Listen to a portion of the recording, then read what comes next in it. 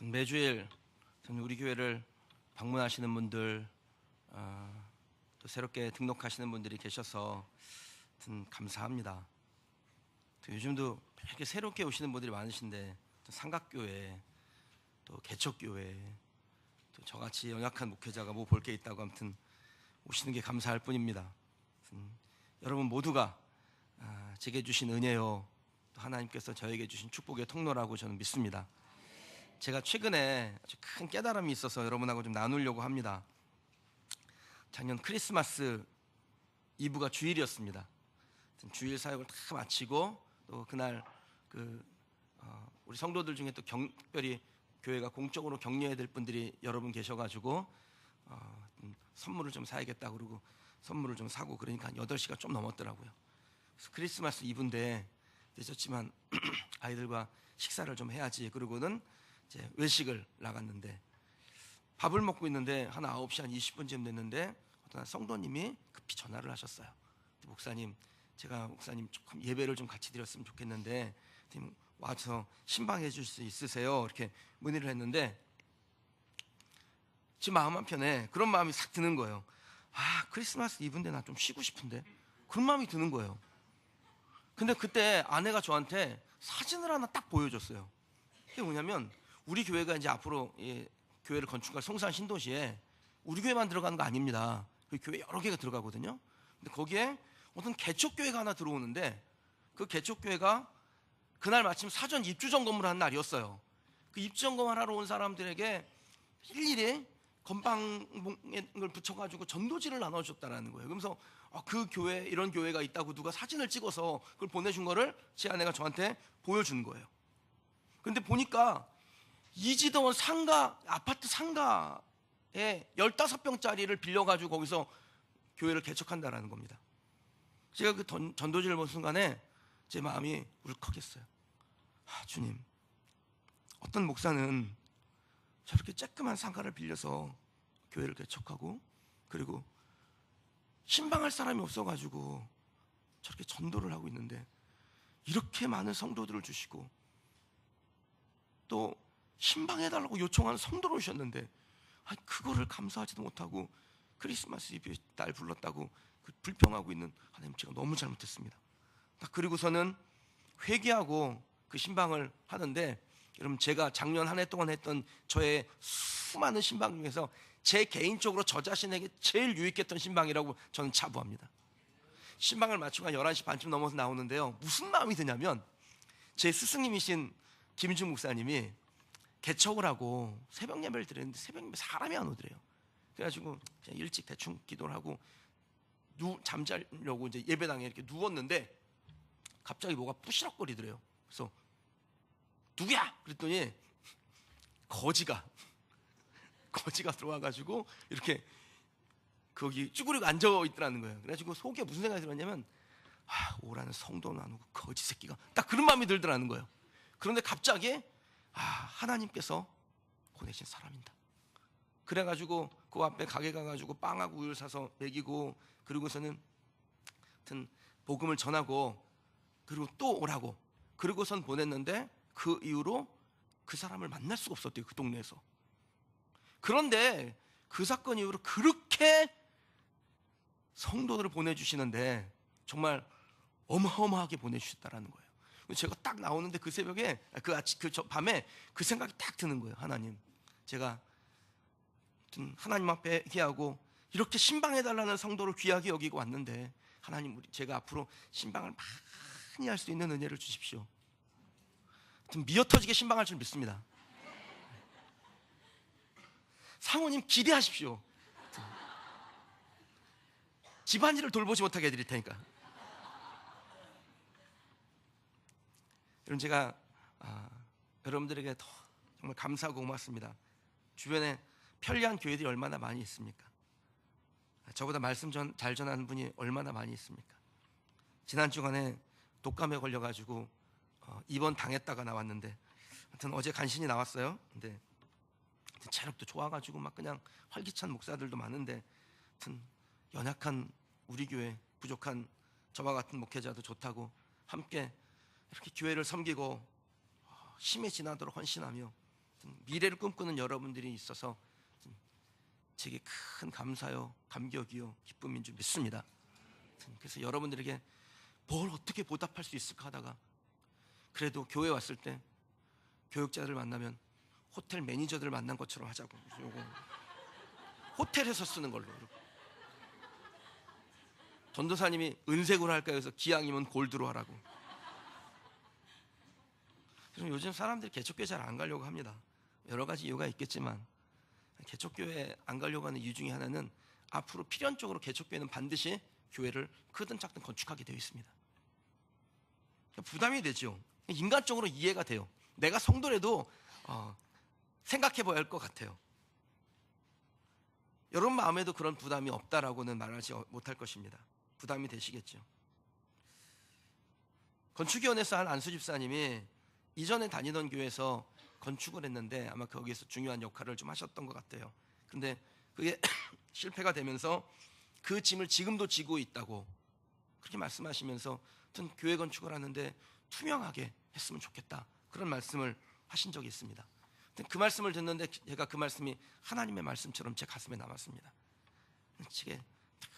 이 일을 지금 이제 막 시작하면서 마음에 오버하지 말자, 클리어하게 하자.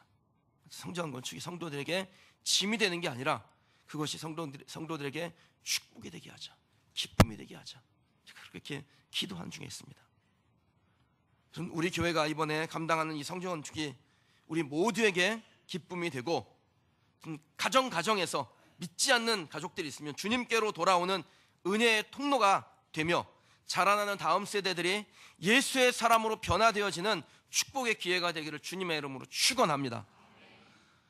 한국이 가난하고 어렵고 힘들었던 시절에 여러분, 한국교회 성도들이요, 모이면 예배 처소를 세웠고 성전 건축하기를 힘썼습니다. 형편은 어려웠어요. 그런데 하나님의 은혜에 사로잡히고 나니까 이것을 어떻게 하나님 앞에 표현할까 하다가 하나님 앞에 교회를 지어 많은 사람들을 구원하는 구원방주로 삼자, 금식하며 기도하며 헌금하고 직접 벽돌을 나르고 나무를 깎고 해서 교회를 세웠습니다.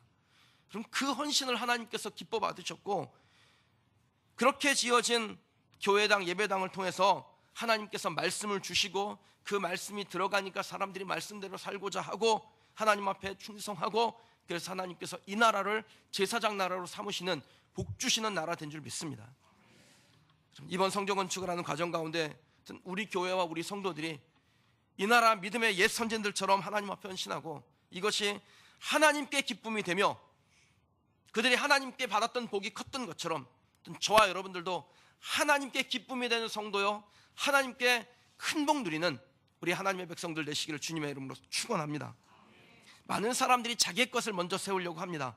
자기 자신의 것을 위하여 건축하며 자기의 것을 돌보며 자기의 것을 세워나가려 할 때 하나님을 위하여 건축하는 여러분과 같은 성도들이 있기 때문에 하나님의 역사가 만들어지는 것이고, 그리고 그렇게 하나님의 만들어진 역사 속에서 하나님이 하나님의 하나님 되심을 보이실 줄 믿습니다. 하나님은 반드시 주의 전을 위하여 또 주의 사역을 위하여 헌신한 여러분들에게 솔로몬에게 주셨던 그 놀라운 축복을 허락하여 주실 줄 믿습니다. 여러분 당대에는 물론이요, 여러분 자녀대에도 하나님께서 차고 넘치는 은혜 주시기를, 그래서 여러분의 자녀들이 앞으로 목사님 우리 자녀가 이런 하나님의 은혜를 얻습니다, 이렇게 하나님께서 사용하셨습니다라는 그런 승전가를 제가 여러분에게서 듣고 하나님 앞에 감사하고 또 감격하는 은혜 누리기를 주님의 이름으로 축원합니다. 저는 오늘 말씀을 통해서 지금까지 충성스럽게 살아오신 여러분들이 나를 위하여가 아니라 주를 위하여 교회를 세우고 하나님을 위해 사람을 세우는 믿음의 결단이 있기를 기대하는 마음으로 이 말씀을 함께 나누고자 합니다. 오늘 말씀을 통해서 이전에도 그렇게 살아오셨지만 하나님의 부르심에 믿음의 반응을 하며 남은 인생을 하나님 기뻐하시는 인생으로 살겠다고 결단하는 시간이 되기를 소원합니다. 우리가 성전 건축을 앞두고 있습니다. 그럼 이 성전 건축을 준비하면서 우리 마음 가운데 결단이 필요한데 무슨 결단을 해야 될까요? 첫 번째는요, 여러분 하나님을 위하여 건축하겠다, 이것이 저와 여러분의 결정이 되기를 원합니다. 1절을 같이 한번 한 목소리 읽겠습니다. 이스라엘 자손이 애굽 땅에서 나온 지 곧 둘째 달에 솔로몬이 여호와를 위하여 성전 건축하기를 시작하였더라. 아멘. 솔로몬이 여호와를 위하여 성전 건축하기를 시작하였다. 그럼 이 말씀에 우리가 허락하신 우리의 예배당, 하나님께서 말씀 주실 그리고 예배할 우리의 영적 성전을 어떻게 건축해야 될지 기준이 있습니다. 솔로몬이 왕이 된 지 4년 만에 성전 건축을 시작합니다. 이 성전 건축을 시작했을 때 모든 것이 다 준비돼서 야 이제 되겠다, 해도 되겠다 이래서 한 것은 아닐 겁니다. 솔로몬이 왕이 될 때 모두의 환대를 받고 왕이 된 건 아닙니다. 가장 막내 아들로 죽을 위기를 수없이 넘기면서 그렇게 왕이 됐습니다. 4년 동안 왕권을 강화한다고 했겠지만 좀 그 어린 나이에 왕이 되어서 정적들도 많은데 뭐가 준비가 됐겠습니까? 순간순간이 다 위기였겠죠. 그럼 이런 시기에 건축을 한다는 것은 엄청난 국가 재정을 소비하는 것이고 잘못했다가는 쫄딱 망하는 수가 있습니다. 그런데 솔로몬은 4년 동안 그나마 좀 안정을 얻었는데 그 안정을 더 안정화시키는 데 사용하지 아니하고 이제 하나님의 전을 지어야겠다 결정을 하고 자기의 모든 것을 여호와를 위하여 하나님의 성전을 건축하는데 아낌없이 쏟아붓습니다. 솔로몬은 자기의 마음이 변질되지 않도록 드려야 될 것을 뒤로 미루지 않았다는 것입니다. 그럼 저나 여러분이나 비슷합니다. 하나님께 드려야 될 것이 있는데 그것을 뒤로 미루잖아요. 그럼 하나님도 같이 뒤로 밀립니다. 11조 드리기로 결정했으면 드려야 돼요. 그것을 주머니에 넣어놓고 한 주 버티면 11조가 101조가 됩니다. 새벽기도 하나님 앞에 드리기로 결정했어요. 근데 침대에서 5분만 하다 보면은 그러면 그 5분만이 내일부터 하자로 바뀌게 되고 새벽기도는 아침기도, 식사기도로 바뀝니다. 하나님 앞에 드려야 될 것이 있으면 뒤로 미루는 게 아닙니다. 감동 주셨으면 그 감동한 대로 행하는 것입니다. 그럴 때 그 사람이 하나님을 위하여 살 수 있습니다. 사랑하는 여러분, 하나님을 위하여 사십시오. 그러면 하나님이 우리를 위하여 살 겁니다. 저는 그렇게 확신합니다. 내가 하나님을 위하여 살면 하나님은 나를 위하여 살 것이라고. 그럼 우리가 하나님을 위하여 살면 얼마나 살겠습니까? 그런데 하나님이 우리를 위하여 단 1분만 사셔도, 하나님이 나를 위하여 단 1분만 사셔도요, 내 인생이 바뀌고 내 삶이 바뀌고 내게 위대한 일들이 일어납니다. 그럼 하나님을 위하여 사세요. 그럼 하나님이 여러분을 위하여 살 겁니다. 하나님께서는 우리에게 꿈을 주세요. 꿈이 없는 백성은 불쌍한 것입니다. 그런데 꿈이 없는 사람보다 더 불쌍한 사람은 꿈이 있는데 그 꿈이 변질된 사람이 더 불쌍한 사람입니다. 하나님께서 우리에게 복을 주셨을 때, 하나님이 감동하셨을 때, 하나님께서 깨닫게 하셨을 때 그것을 뒤로 미루지 아니하고 바로 행하는 저와 여러분 되시길 주님의 이름으로 축원합니다. 성전 건축했던 그 시기에 솔로몬이 개인으로 보면 급할 게 없는 것입니다. 조금 더 시간을 보내고 조금 더 왕권을 강화하고 조금 더 자기의 것을 구축한 다음에 해도 될 법하지요. 그런데 솔로몬은 자기의 삶을 보지 않습니다. 뭘 보냐면 자신의 민족, 그리고 그 민족을 사랑하시는 하나님을 봐요. 민족적으로 성전 없이 살아온 게 몇 년이면 480년이에요. 1절에 보면 솔로몬이 성전을 건축하던 해가 출애굽 480년 되던 해라고 명확하게 설명하고 있습니다. 왜 이런 문구가 기록되어 있을까요? 굳이 왜 출애굽한 지 480년 되던 해에 솔로몬이 성전을 건축하기 시작했다, 하나님을 위하여, 여호와를 위하여, 이런 문장이 기록되어 있을까요? 성전 없이는 살 수 없는 이스라엘 백성들이 무려 480년 동안 성전 없이 지냈다는 그 다급함이 오늘 우리가 읽은 본문의 1절에 기록되어 있는 것입니다. 하나님은 다급하신데 나는 여유롭다면 그 사람은 하나님의 마음을 모르는 사람이죠. 하나님을 위하여 산다는 것이 무엇입니까? 어떻게 사는 것이 하나님을 위하여 사는 것입니까? 하나님의 마음이 무엇인지 알고자 열정을 갖는 것, 그것이 바로 하나님의 마음이 무엇인지를 알고자 하는 것입니다. 하나님을 위하여 사는 것입니다. 나는 급하지 아니하여도 하나님이 급하시다면 나 역시 급하여지는 것, 그것이 바로 하나님을 위하여 사는 것입니다. 하나님이 급하시다면 내 형편이나 내 사정을 보지 아니하고 힘들어도 내가 감당하겠습니다. 이것이 하나님을 위하여 사는 것입니다.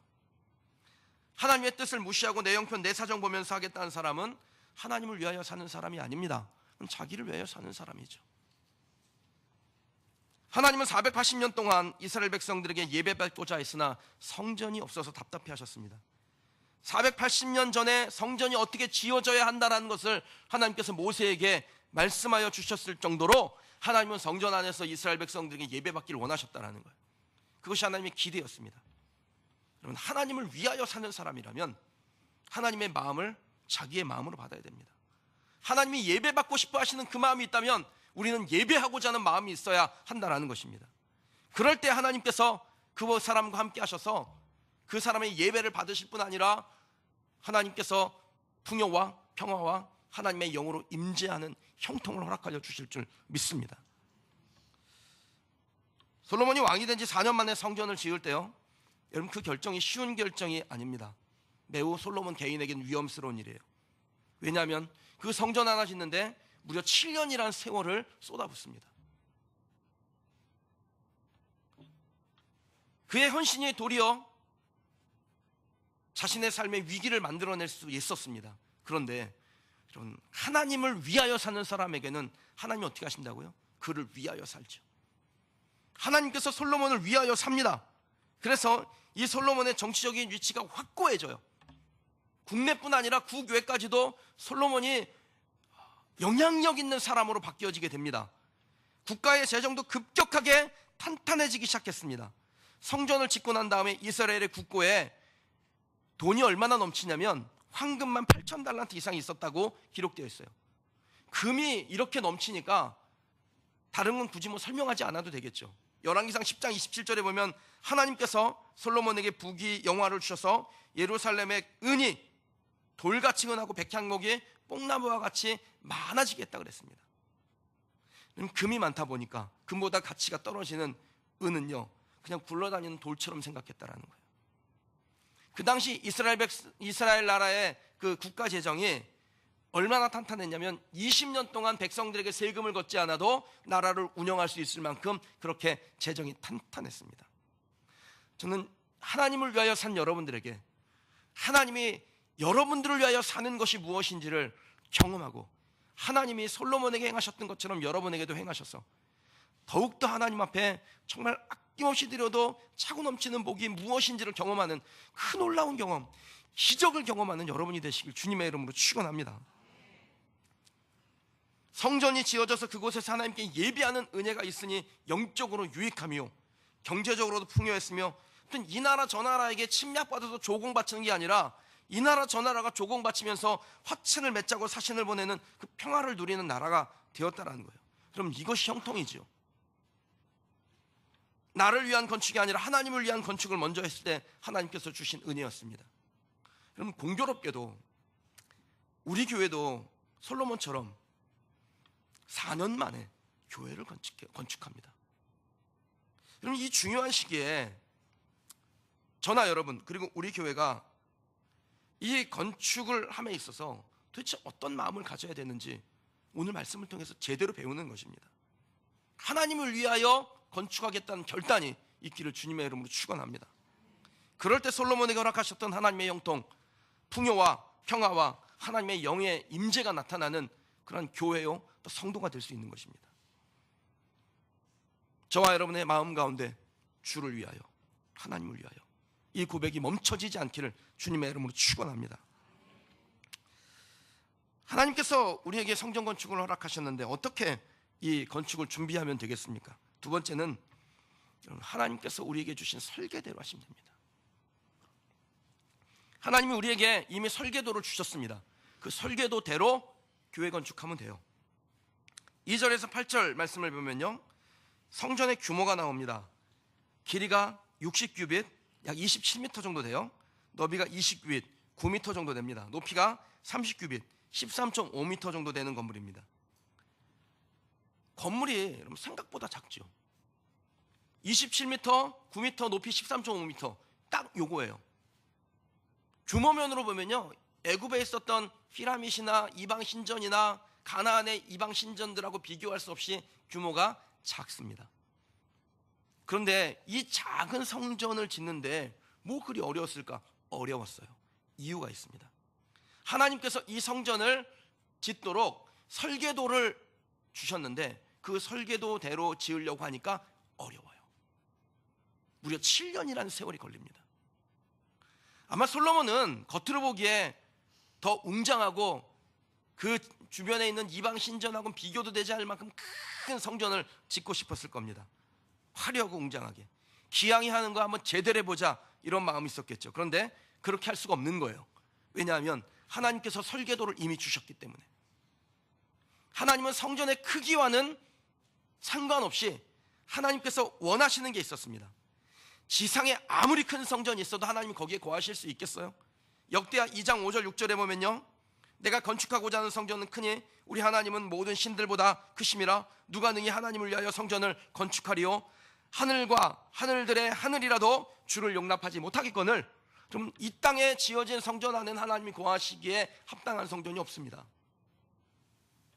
하나님이 중요하게 생각하신 것은 규모가 아니라 하나님의 뜻이 그대로 반영되어져 있는 성전이었습니다.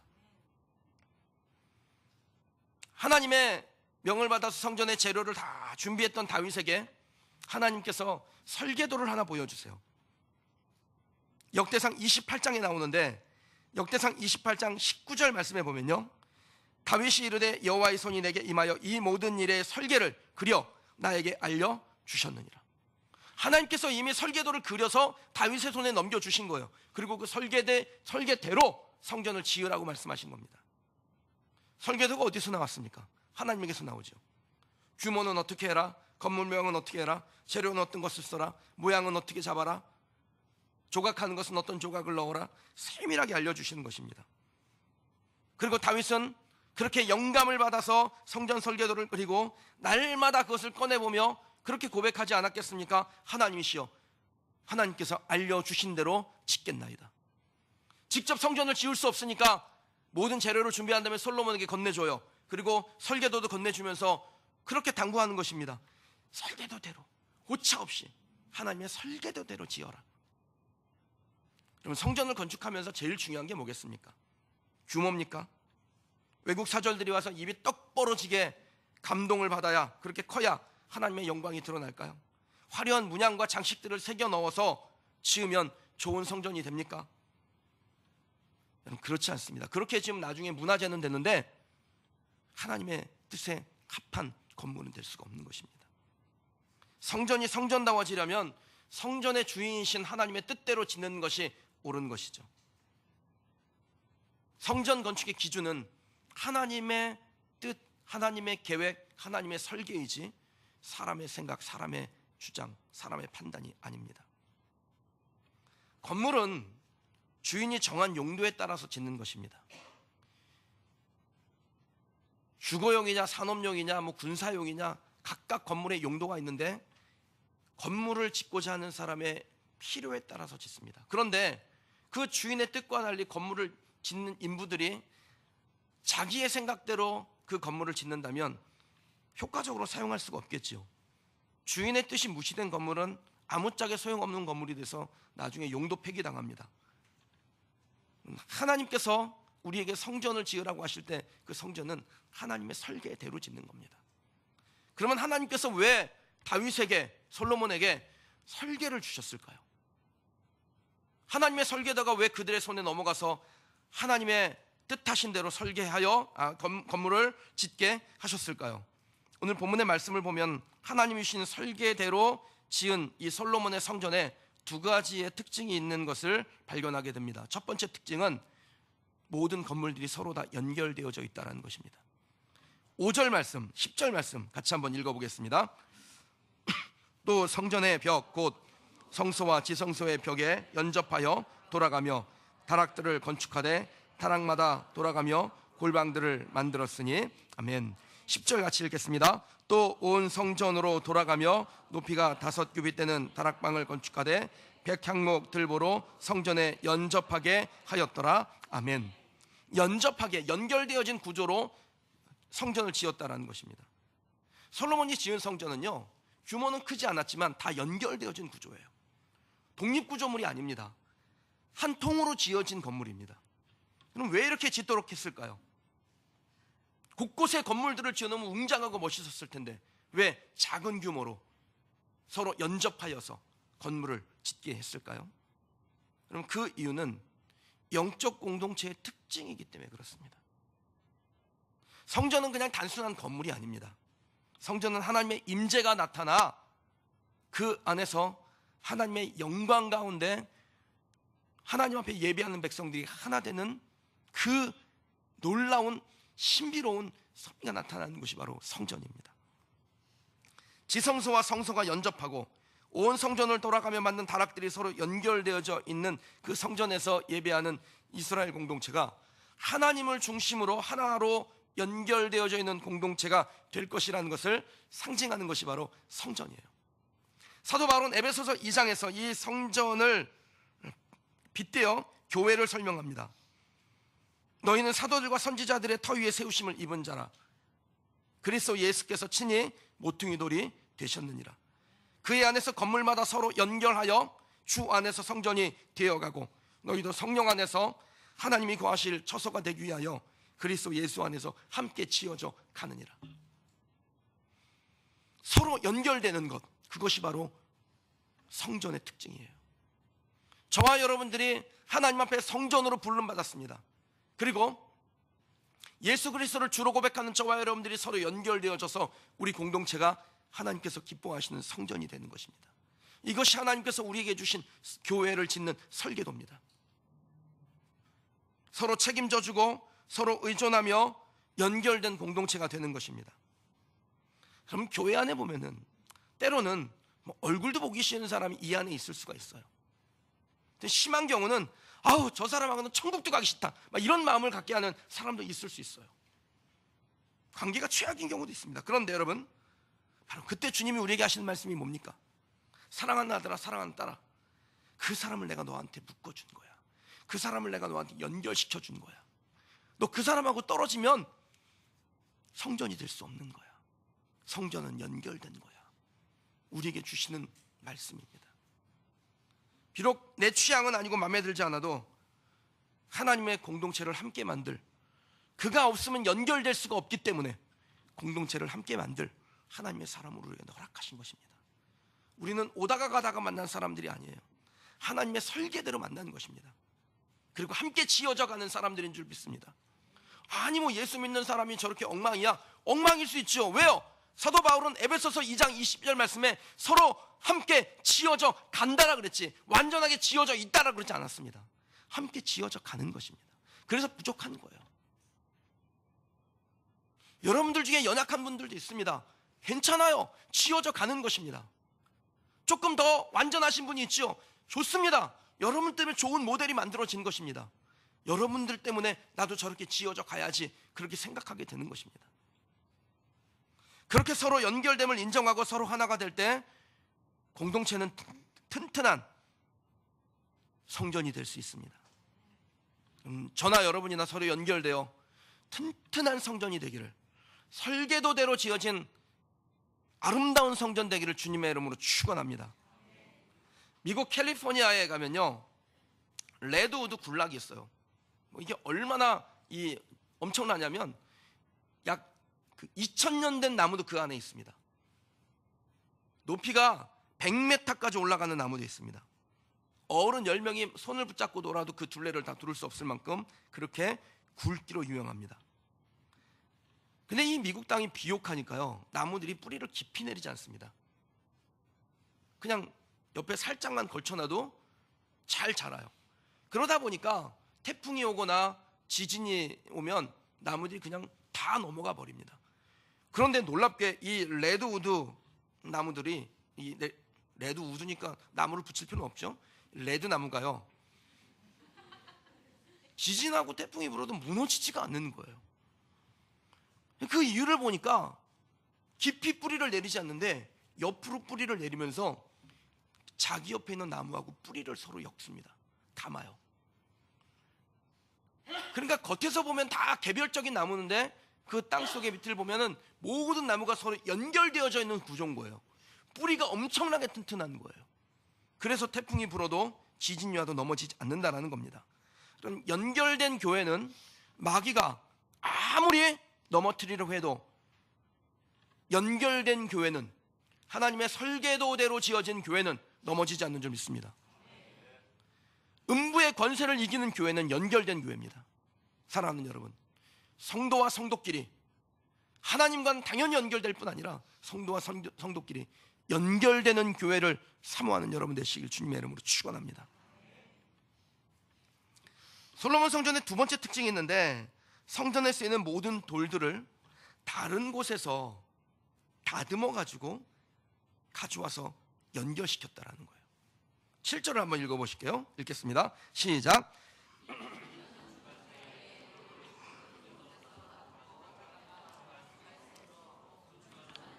성전 속에서는 방망이나 도끼나 모든 철연장 소리가 들리지 아니하였으며. 아멘. 그럼 건축하는 동안에 성전 안에서 철연장 소리, 도끼 소리, 방망이질을 한 소리가 나지 않겠다라고 성경이 말씀합니다. 건축 자재들을 미리 성전 밖에서 다 다듬은 다음에 그리고 가져와서 연결시키는 작업만 하는 거예요. 돌을 깎아내고 쪼아내고 하는 소리가 들리지 않게 했습니다. 여러분, 이게 어려운 일 아닙니까? 왜 어려운 일이냐면, 그렇게 잘 다듬어요. 그리고 가져와가지고 딱 껴요. 안 맞아. 그럼 어떡합니까? 제일 좋은 방법은 뭐예요?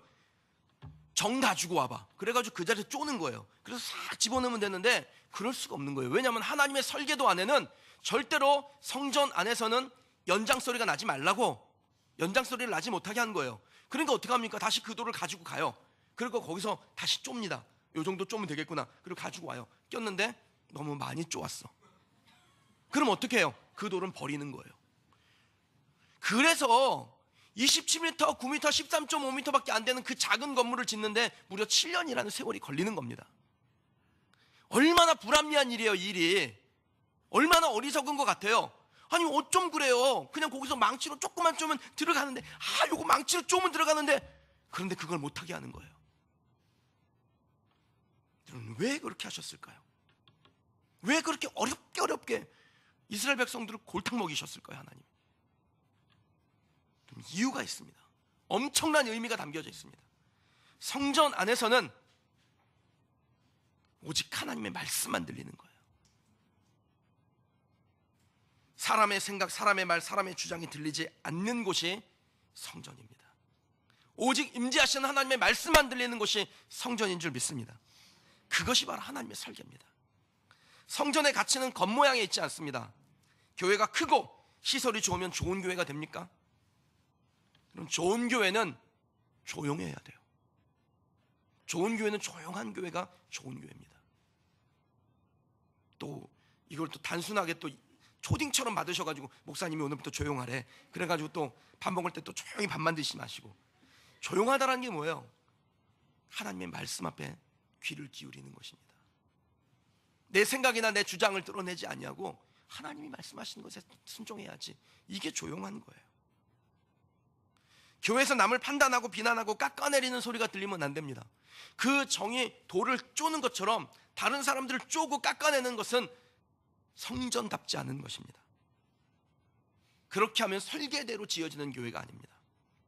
여러분, 우리도 교회를 건축하는 과정 가운데 하나님의 설계도는 이미 우리에게 주어져 있습니다. 건물의 외양은 어떤 다른 설계사가 하겠죠. 근데 진짜 성전의 설계도는 이미 하나님이 우리에게 주셨습니다. 그 설계대로 짓는 우리 교회 되기를 주님의 이름으로 축원합니다. 모양은 아무러면 어떻습니까? 공장처럼 지으면 어떻고, 크기가 생각한 것보다 좀 크면 어떻고, 또 작으면 어떻습니까? 1년만 지나면 다 잊어버릴 걸. 그러면 아무리 공장처럼 지어놓은들 1년만 지나면은요, 그거 눈에 들어오지도 않아요. 새로운 사람이나 꼭 교회가 공장 같네요, 그렇게 말할지 몰랐지만 거기서 한 1년만 살아보면 그 아무 의미가 없습니다. 중요한 것은 모양이 아니라 성전 안에서 날카로운 연장 소리가 들리지 않는 것이고, 하나님을 찬양하며 생명의 말씀을 증거하며 연약한 자를 위로하며 믿음의 자녀들을 양육하는 영적인 소리가 들리는 것, 교회가 되는 것, 그것이 바로 저와 여러분들이 할 일인 줄 믿습니다.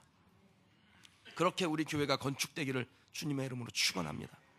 지금 건축위원회가 가동 중인데, 건축위원회를 가동하면요,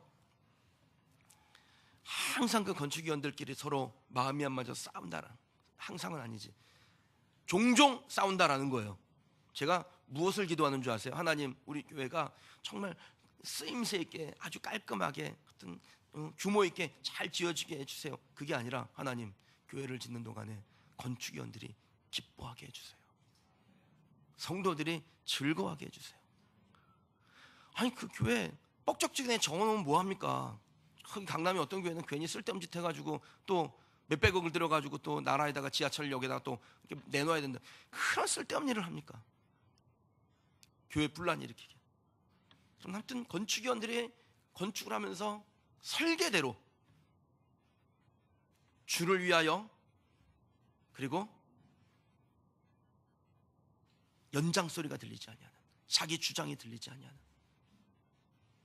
오직 그 하나님의 뜻에 순종하여 짓는 그러한 우리 교회 건축이 되기를 원합니다. 간혹 하나님의 설계가 틀려 보일 때가 있습니다. 하나님의 설계가 마음에도 안 들 때가 있습니다. 그런데 여러분, 하나님은 여러분이 생각하는 것처럼 그렇게 단순하시고 모자라지가 않습니다. 경륜이 깊어요. 그래서 하나님의 설계대로 지어놓기만 하면 나중에 최상의 설계가 됩니다. 그거 안 된다니까 빨리 좀 해주세요. 네. 최상의 설계가 하나님으로부터 우리에게 주어져 있어요. 그래서 그대로만 지으면 최상의 건물을 지을 수 있습니다. 저와 여러분의 심령 안에, 그리고 하나님께서 우리에게 허락하신 송산 신도시에 수많은 사람들에게 복음을 증거하고 그들을 구원할 수 있는 방주와 같은 교회를 짓게 될 줄 믿습니다.